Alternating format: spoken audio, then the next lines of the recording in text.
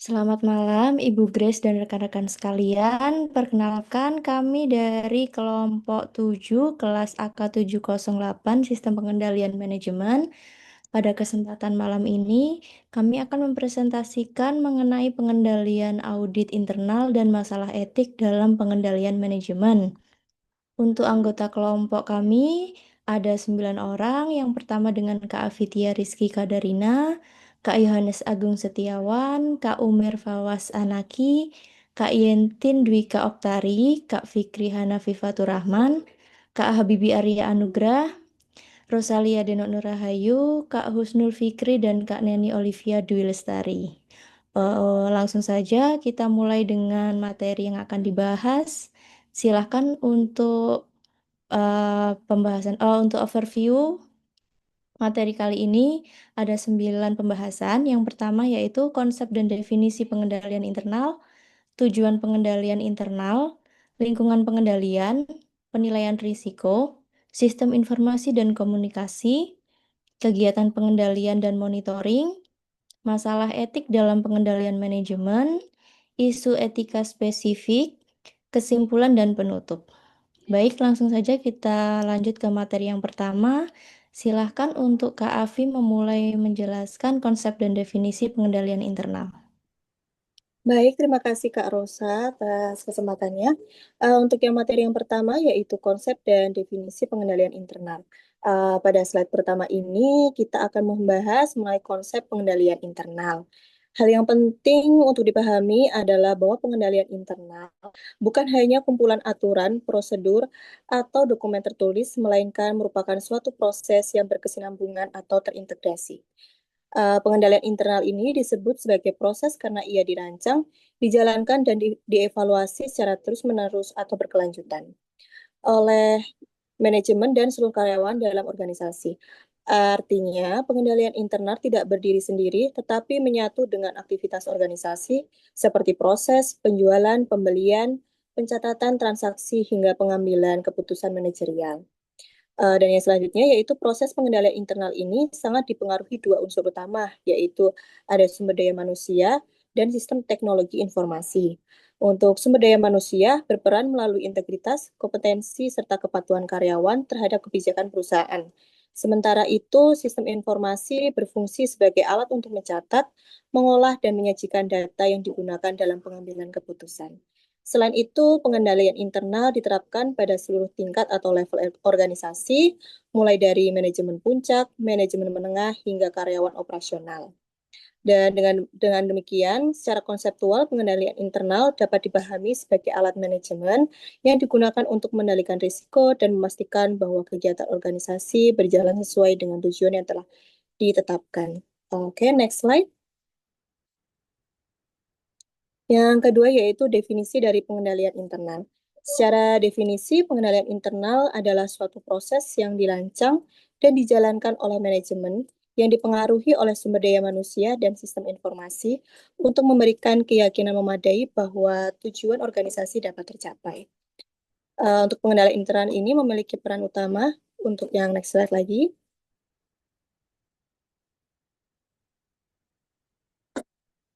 Ya, peran utama yaitu untuk pencegahan dan pendeteksian kesalahan dan kecurangan atau fraud. Pencegahan dilakukan melalui pengaturan sistem dan prosedur yang baik, sedangkan pendeteksian dilakukan melalui mekanisme pengawasan dan evaluasi yang berkelanjutan. Peran lainnya yaitu ialah melindungi aset organisasi, baik aset berwujud maupun tidak berwujud. Dengan demikian, pengendalian internal berfungsi sebagai fondasi penting dalam pengelolaan organisasi karena membantu manajemen mencapai tujuan strategis, menjaga keandalan laporan keuangan, memastikan kelancaran operasional, serta menjamin kepatuhan terhadap peraturan yang berlaku. Sekian, untuk selanjutnya akan dilanjutkan oleh teman saya. Yang selanjutnya adalah tujuan pengendalian internal. Secara garis besar dapat dibagi dalam 4 kelompok sebagai berikut. Yang pertama, tujuan strategis, kedua tujuan pelaporan keuangan, yang ketiga tujuan operasional, dan yang keempat adalah tujuan kepatuhan terhadap peraturan hukum dan ketentuan perundang-undangan. Untuk lebih lengkapnya, next. Nah, yang pertama adalah menjaga dan mengamankan aset organisasi, yaitu melindungi aset dari kehilangan, penyalahgunaan, kecurangan, dan juga kerusakan. Yang kedua, tujuannya adalah menjamin keandalan dan keakuratan informasi. Di sini memastikan informasi keuangan dan operasional disajikan secara akurat, lengkap, dan tepat waktu. Yang ketiga adalah meningkatkan efektivitas dan efisiensi operasional. Pengendalian internal menilai apakah kegiatan operasional telah berjalan secara ekonomis, efisien, dan efektif. Yang keempat, memastikan kepatuhan terhadap kebijakan dan peraturan. Pengendalian internal menjamin bahwa aktivitas organisasi sesuai dengan kebijakan internal, standar, serta peraturan perundang-undangan yang berlaku. Yang kelima, mencegah dan mendeteksi kecurangan atau fraud. Pengendalian internal mengurangi risiko terjadinya penipuan melalui evaluasi dan perbaikan sistem pengendalian internal. Yang keenam, mengidentifikasi dan mengelola risiko. Pengendalian internal membantu manajemen mengenali risiko yang dapat menghambat pencapaian dari tujuan organisasi. Yang ketujuh, memberikan rekomendasi perbaikan kepada manajemen. Audit internal berfungsi sebagai alat konsultasi untuk meningkatkan kualitas pengendalian dan tata kelola organisasi. Untuk selanjutnya dilanjutkan oleh rekan saya.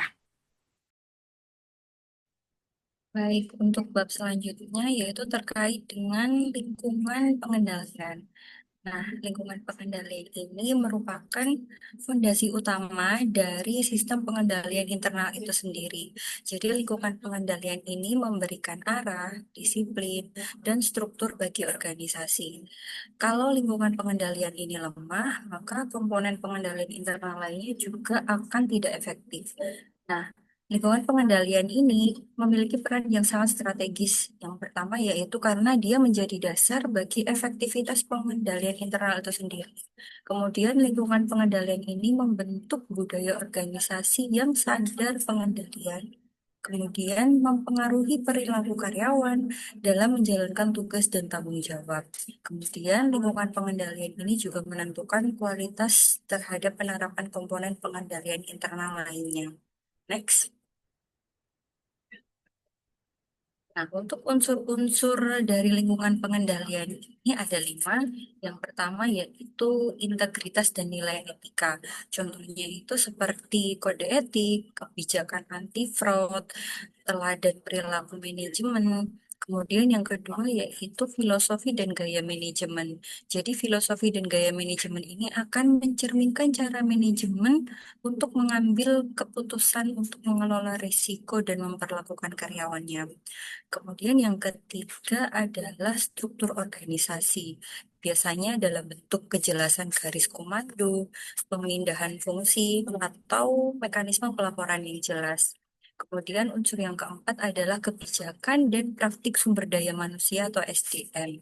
Nah, biasanya ini terdiri dari beberapa aspek seperti rekrutmen dan seleksi, pelatihan dan pengembangan, penilaian kinerja, juga sistem penghargaan dan sanksi. Kemudian unsur yang terakhir adalah peran Dewan Direksi atau Komite Audit atau those charged with governance. Nah, those charged with governance ini berperan dalam mengawasi manajemen, menjamin akuntabilitas dari manajemen itu, kemudian juga menilai efektivitas dari pengendalian internal. Next. Kemudian lingkungan pengendalian pada berbagai entitas, yaitu di entitas besar dan entitas kecil. Kalau di entitas besar, lingkungan pengendalian ini memiliki ciri adanya dokumentasi formal, misalkan seperti kode etik, SOP, dan kebijakan tertulis. Kemudian sistem pengendaliannya itu terstruktur dan adanya fungsi audit internal. Kalau di entitas kecil, biasanya pengendalian internal ini lebih informal. Jadi peran owner, manager, atau pemilik itu sangat dominan bagaimana sikap mereka pada pengendalian internal dalam perusahaannya dan juga dokumentasinya terbatas. Untuk bab selanjutnya akan dilanjutkan oleh rekan saya. Selanjutnya adalah penilaian risiko. Penilaian risiko adalah proses untuk mengidentifikasi dan menilai risiko salah saji material yang dapat timbul akibat kesalahan atau kecurangan. Tujuan penilaian risiko ini diantaranya adalah memahami entitas dan lingkungannya, mengidentifikasi area berisiko tinggi seperti transaksi dengan nilai besar, transaksi kompleks, atau pengendalian internal yang lemah. Lalu tujuan lainnya adalah sebagai dasar perencanaan prosedur audit. Lalu dalam penilaian risiko ini ada risiko signifikan. Risiko signifikan ini adalah risiko salah saji material yang menurut pertimbangan auditor memerlukan perhatian khusus. Risiko signifikan biasanya muncul karena karakteristik tertentu, seperti risiko kecurangan, transaksi tidak biasa, estimasi akuntansi yang kompleks, atau perubahan besar dalam bisnis. Tingkat penilaian risiko ini dilakukan pada yang pertama tingkat laporan keuangan secara keseluruhan, dan yang kedua pada tingkat asersi, yaitu keberadaan, kelengkapan, penilaian, hak dan kewajiban, dan penyajian. Selanjutnya akan disampaikan oleh teman saya. Untuk materi selanjutnya adalah sistem informasi dan komunikasi. Sistem informasi dan komunikasi merupakan salah satu unsur dalam pengendalian internal yang berfungsi untuk mengidentifikasi, mencatat, mengolah, dan menyampaikan informasi yang relevan dan andal. Informasi yang tersedia juga harus tepat waktu, akurat, dan dapat diakses oleh pihak yang membutuhkan. Lalu sistem informasi mencakup data keuangan dan non-keuangan, yang dimana digunakan dalam pengambilan keputusan, dan komunikasi memastikan kebijakan, prosedur, dan tanggung jawab dapat dipahami oleh seluruh.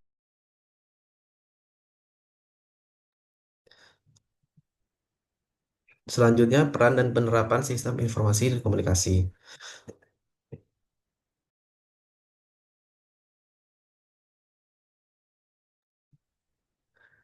Yang pertama, mendukung pengambilan keputusan manajemen dan pelaksanaan tugas organisasi, lalu menjamin transparansi, akuntabilitas, dan kepatuhan terhadap peraturan, memastikan komunikasi internal antara pimpinan dan pegawai serta komunikasi eksternal dengan pihak terkait menjadi dasar pelaksanaan kegiatan pengendalian, monitoring, dan evaluasi kinerja.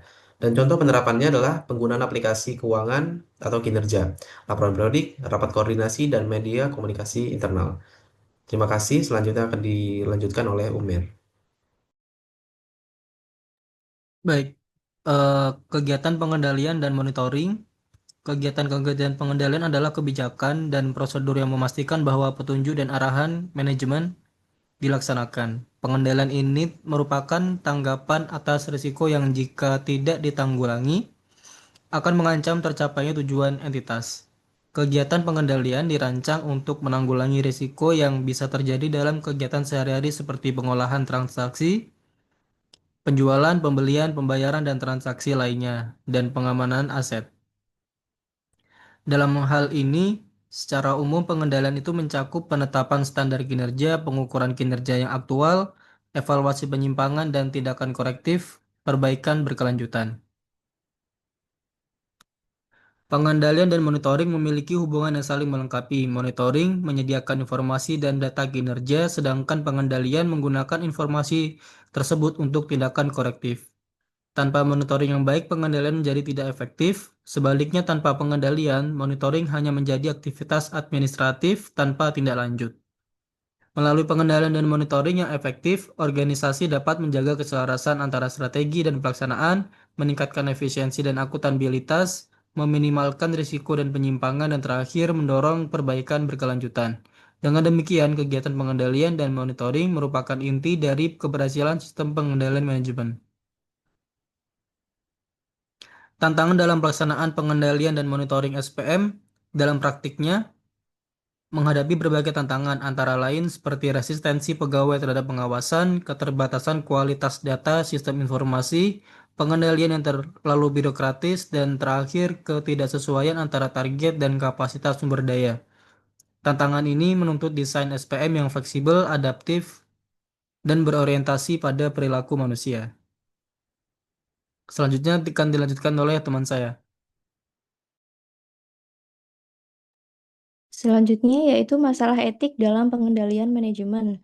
Masalah etik dalam pengendalian manajemen merupakan situasi ketika sistem, kebijakan, atau praktik pengendalian manajemen mendorong atau membiarkan perilaku yang tidak sesuai dengan moral, kejujuran, dan tanggung jawab profesional, meskipun secara formal terlihat memenuhi target. Jadi, masalah etik dalam pengendalian manajemen ini merupakan sebuah kondisi di mana manajemen mengambil keputusan tanpa didasari dengan etika dan kepercayaan yang baik. Lalu, fungsi etika dalam penyelesaian masalah etik, yaitu pendekatan etika dalam pengendalian manajemen merupakan cara pengambilan keputusan yang menjadikan nilai moral seperti kejujuran, integritas, keadilan, tanggung jawab sebagai dasar utama, sehingga manajemen tidak hanya berfokus pada pencapaian target, tetapi juga pada proses yang benar dan dapat dipertanggungjawabkan. Tujuan yang ingin dicapai yaitu tercapainya tujuan organisasi tanpa mengorbankan nilai dan etika, dan pengambilan keputusan strategis yang dilakukan dengan prinsip jujur, adil, dan bertanggung jawab. Next.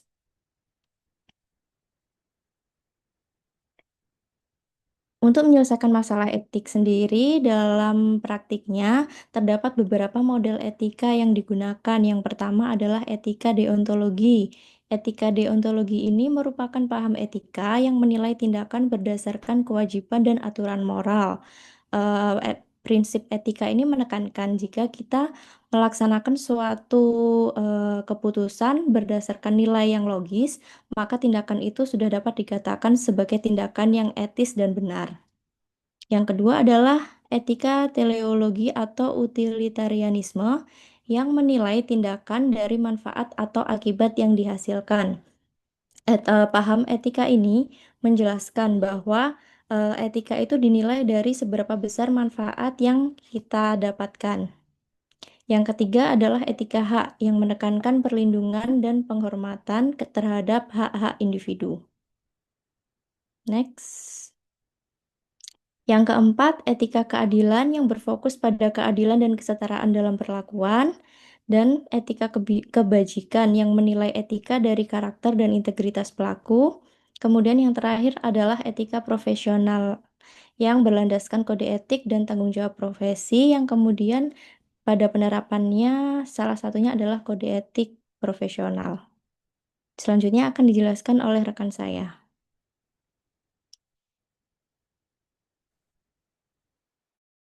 Selanjutnya terkait dengan isu etika yang spesifik. Jadi dalam praktek pengendalian manajemen organisasi ada beberapa isu etika yang spesifik atau yang sering terjadi dan mungkin hampir terjadi di banyak organisasi. Kita akan bahas ada 4 isu etika spesifik. Selanjutnya, next slide. Pertama adalah pelanggaran anggaran. Menciptakan pelanggaran anggaran atau budgetary slack adalah tindakan yang secara sengaja merendahkan estimasi pendapatan atau melebih-lebihkan pengeluaran sehingga target lebih mudah dicapai. Praktek ini dari perspektif etika akuntansi itu sudah jelas memicu banyak perdebatan dan karena itu melanggar integritas dan tanggung jawab secara profesional. Isu etis utama dalam praktek uh, menghadapi pelanggaran anggaran ini yang pertama bertentangan dengan ketidakjujuran, melanggar integritas dan kredibilitas secara profesional. Dan yang kedua, dapat menyebabkan alokasi sumber daya yang tidak optimal. Namun dilema etis dalam praktik ini yaitu persoalan dalam menghadapi ketidakpastian. Dan yang kedua, soalan mengurangi tekanan yang berlebihan yang mungkin terjadi di setiap organisasi untuk mengukur apakah tindakan uh, praktik melakukan pelonggaran anggaran itu etis atau tidak, kita melihat beberapa faktor. Yang pertama, niat dan motivasi utama. Yang kedua, terkait transparansi dan asimetri informasi, sifat target anggaran, dampak terhadap pihak terkait, dan kode etik yang berlaku di organisasi tersebut. Selanjutnya,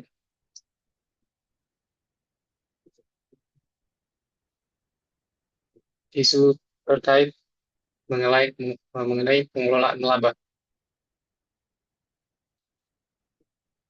Mundur.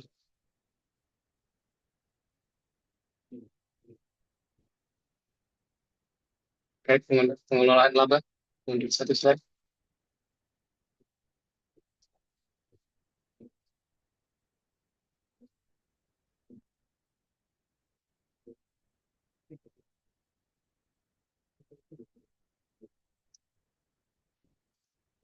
Lihat satu slide ya.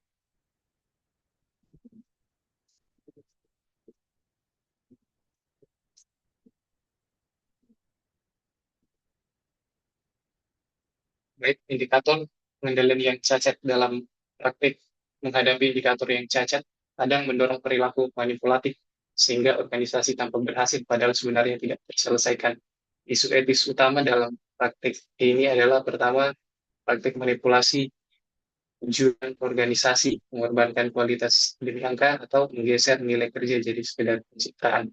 Dilema etis yang terjadi yang pertama ada kejujuran dalam praktik ini, dalam menghadapi situasi ini dapat berisiko pada karir seorang pegawai. Kedua, aturan yang tidak sejalan dengan realitas. Faktor utama yang harus dipertimbangkan sekali lagi niat atau motivasi, yang kedua eksploitasi atau perbaikan, dan yang ketiga keadilan distributif. Selanjutnya,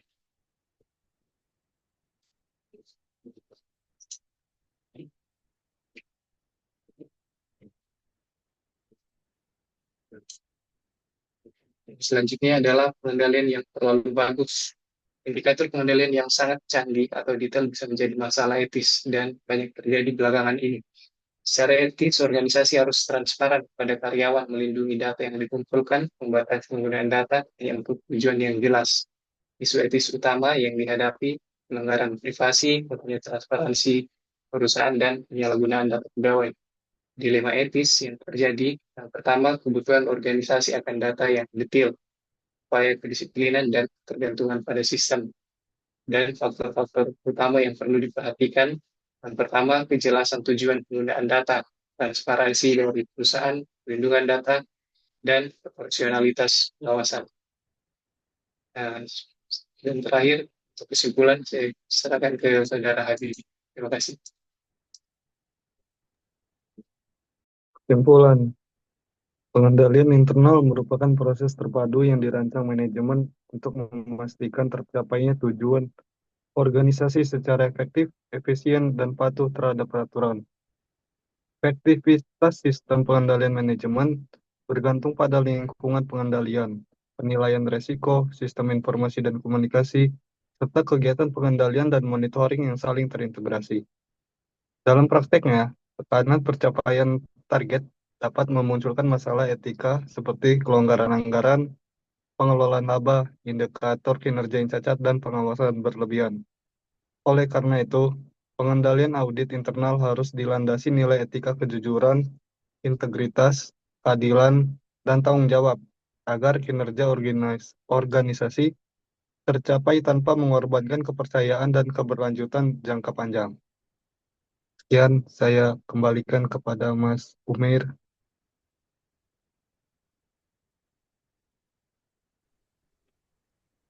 Baik, sekian presentasi dari kelompok kami mengenai pengendalian audit internal dan masalah etik dalam pengendalian manajemen.